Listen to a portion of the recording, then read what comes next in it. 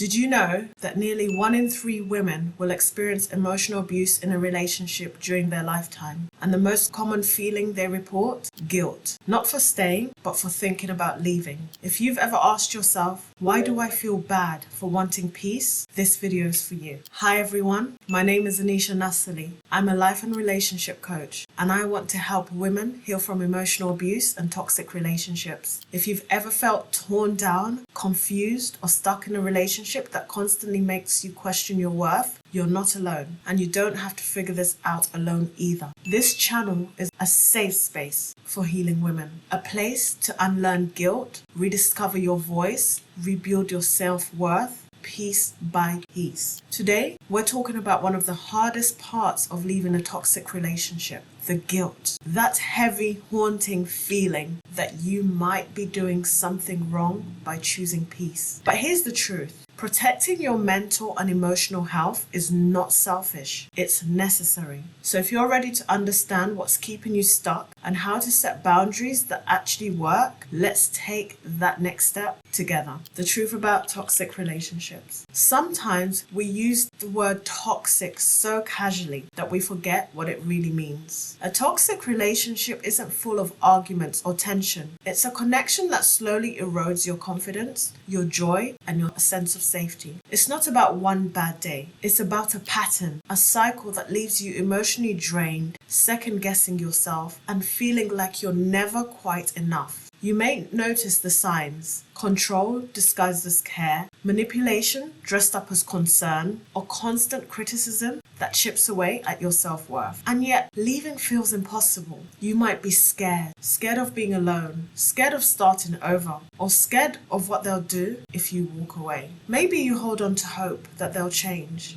that the good times might return, or maybe deep down, you feel responsible, as if it's your job to fix what's broken. But here's what no one talks about enough. Staying has a cost too. It's not about surviving day to day. It's about losing yourself in the process. You begin to shrink to keep the peace. You lose touch of who you were before the pain. And sometimes, as hard as it is to admit, the relationship just isn't salvageable. It's okay to name that. It's okay to say, this is hurting me. It's more than okay to choose yourself, even if that means walking away. The guilt trap. Why leaving feels wrong. One of the most confusing parts about leaving a toxic relationship is the guilt. Not the guilt they put on you. The guilt that shows up all on its own. Quiet, heavy, persistent. Guilt that whispers, you're giving up too soon. Guilt that says, you owe them one more chance. Guilt that convinces you that leaving means you failed. As women, we're often taught to fix, to sacrifice, to stay loyal even when it's costing our peace. We're told that being a good woman means being patient, forgiving, even if it means abandoning ourselves in the process. But here's the truth. Self-sacrifice is not love, especially when your emotional survival is at stake. Toxic partners know how to use this guilt to their advantage. Suddenly, they become the victim. They remind you of the good times, promise they'll change, or even threaten to hurt themselves if you walk away.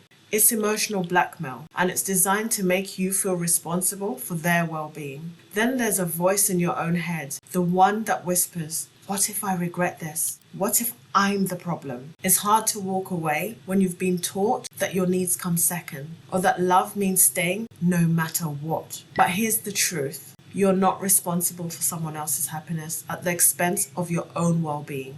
If someone's love requires you to suffer, shrink, or self-abandon, that's not love. That's control. Guilt is a powerful feeling, but it's not a reason to stay. Choosing yourself might feel wrong at first, only because you've been conditioned to believe that suffering is noble. It's not. You deserve peace. You deserve clarity, and you deserve a life where love doesn't come with a side of guilt. Boundaries as a gateway to freedom. When people hear the words boundaries, they often think it's about fixing a relationship. But when it comes to leaving a toxic relationship, boundaries are something entirely different. They're your lifeline. Boundaries during an exit aren't about changing the other person. They're about protecting yourself as you step away.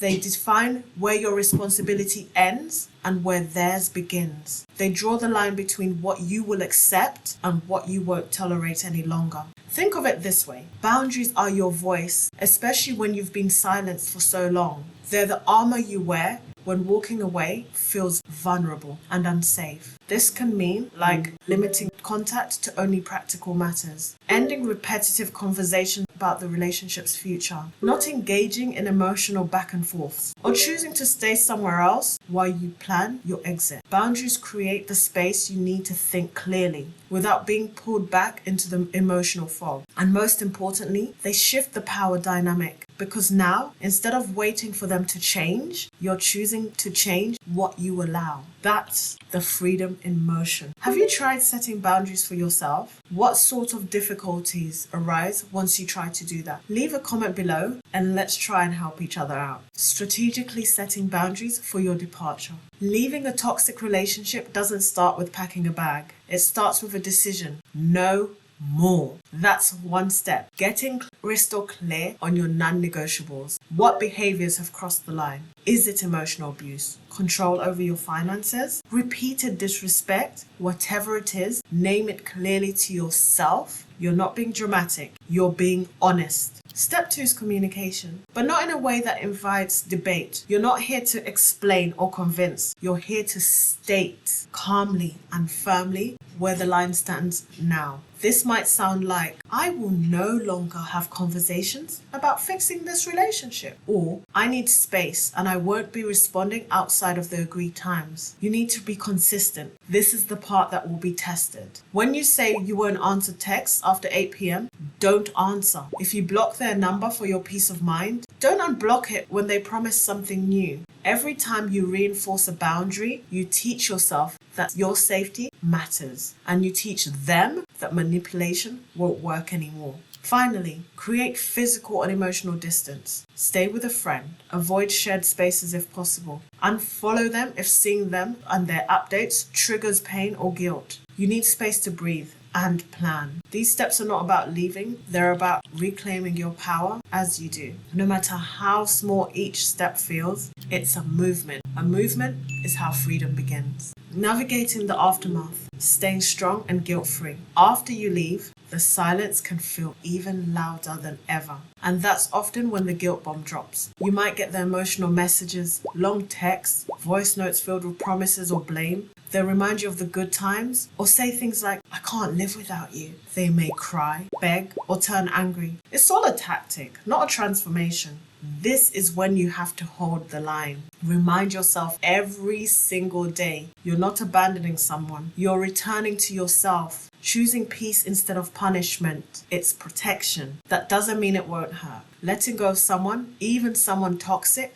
comes with grief. It's not about the person you're leaving. It's the shared routines, familiarity, the hope of who they could have been. But pain isn't a sign that you made the wrong choice. It's just part of healing. This is the moment you have to lean on support. Friends who remind you of why you left. A coach or therapist who keeps you grounded. A journal where you can pour it all out. Healing doesn't happen in isolation. You're not weak for needing help. You're wise enough to seek it. You made the hardest move already. Now, it's about protecting your progress. Leaving a toxic relationship isn't about bitterness. It's about boundaries, bravery, and beginning again. You took the steps to say no more. You set your lines. You chose healing over guilt. And that is one of the strongest, most self-loving decisions a woman can make. You don't need permission to reclaim your peace. So take strength and keep walking, one step at a time, towards the life that you deserve. If this video resonated with you, don't forget to like, share, and subscribe for more support on your healing journey. In case you want to hear from someone who has recently left a toxic relationship, I have recorded a private video for you. There's a link in the description box where you can check it out. You're worthy of safety, of peace, of love that doesn't hurt. That's it for now, but I'll see you in the next video. And in the meantime, take care of yourself. You